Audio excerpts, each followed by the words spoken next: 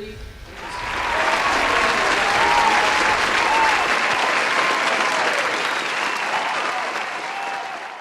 What if I told you that the future of fine art isn't hanging in a gallery, but living on a blockchain? Imagine owning a painting that exists everywhere and nowhere at the same time. Something that you can't even touch, but you can prove irrefutably that it is yours. This sounds like science fiction, but it really isn't. It's the reality of NFTs, and it's what's rewriting the rules of art itself. So, I'll be talking to you about how I made my first NFT and what really is an NFT. So let's start with that question. What really is an NFT? Well, Google defines an NFT to be a non-fungible token, which is, well, a digital certificate of ownership that is supported by a decentralized ledger called a blockchain. But that sounds too complicated, so we could simplify that. Let's use an example of a drawing book. Let's say that you have a drawing book that everyone else in the world shares. And when you draw something on one page of that book, everyone else's book updates with the same exact image on the same exact page. And therefore, nobody can really mess with your drawings because everyone knows what's in everyone's books. And that, at its essence, is what a blockchain looks like. So, what does an NFT look like? Well, NFT is like a sticker that you put on your original art piece. It is something that it just proves that your artwork is your artwork. It's the original, and no one can duplicate or copy or redraw that sticker because it proves that that drawing is yours. But now you might be thinking, okay, but why can't I just right-click and save an image as? Well, the value of art is in verifiable ownership. When it's physical art, you can touch a Van Gogh's painting and feel its texture, its history, and all NFTs do is extend that concept to the digital world. For decades, NFTs, digital artists have all been outsiders to the art world because galleries didn't know what to do with them. How do you hang a bunch of pixels on a wall? How do you auction something that you can't even touch? Well, with NFTs, all of that is changing. Because suddenly, there can be a digital artist in Tokyo that can directly sell their paintings to a collector in New York City, which is on the other side of the entire world, and everything happens really, really fast within a matter of a few minutes.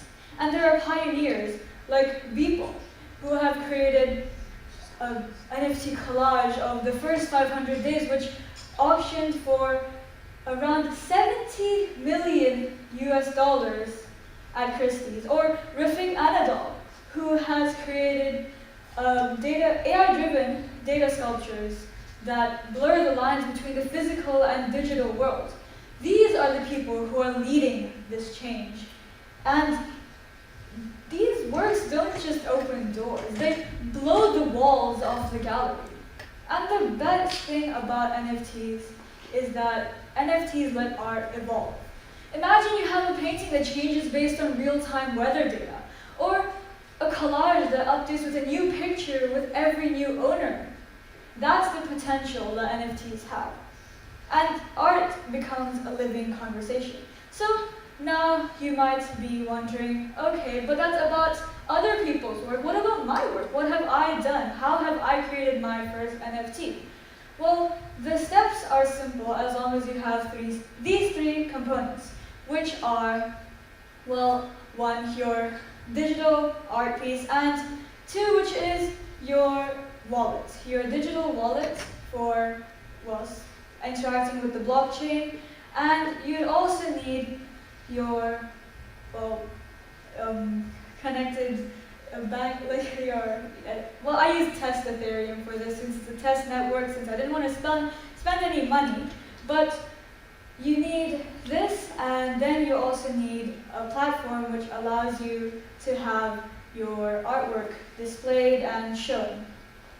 So, since I use a test network, I based my steps off that. So, the first step is obviously to create your first digital art. I made mine based on Mother's Day and Ibis paints. And the second thing I did was I downloaded MetaMask, which was my wallet to interact with the blockchain. And third, I used OpenSea to connect my wallets and everything to get my NFT in place. I created a profile and account on OpenSea, and I created a collection. And after that, all I did was simply upload the JPEG image and press mint. During the minting process, I signed the NFT, and it was done, just like that. So, when I say that everyone can view it, I really mean everyone.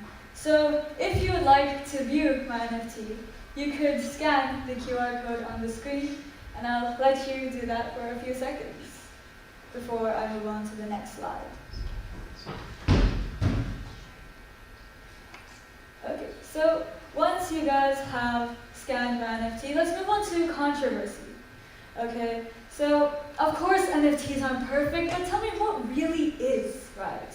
Critics rightly point out the environmental tolls that blockchains take, and the speculation bubbles, the scams and everything. I get it, because when this really easy to draw NFT sells for $3.4 million, it can seem like a fad or a scam or worse, a pyramid scheme. But the thing is, technology is evolving. It has always been evolving. And new technologies in Van Gogh's era, let's take that as an example, have been new paintbrushes, new canvases, synthetic colors, new paints. But one could say the same for NFTs. Why can't that just be another step to the progress that we're making? And the evolution continues because there are blockchains like Solana, which are using 99% less energy than before, and companies are cracking down on fraud. And other artists, they are like pushing for accountability, and they don't want to just prioritize their profit. They want to prioritize art itself. So what's next? What will be the future for NFTs?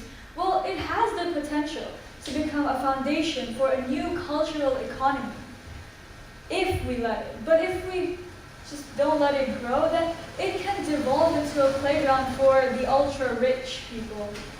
If we can let it spiral down like that, or we could fill it with meaning, intention, instead of speculation. We could build on this and make this part of our progress. Because art has always been a mirror of humanity. NFTs are just a new frame. Thank you.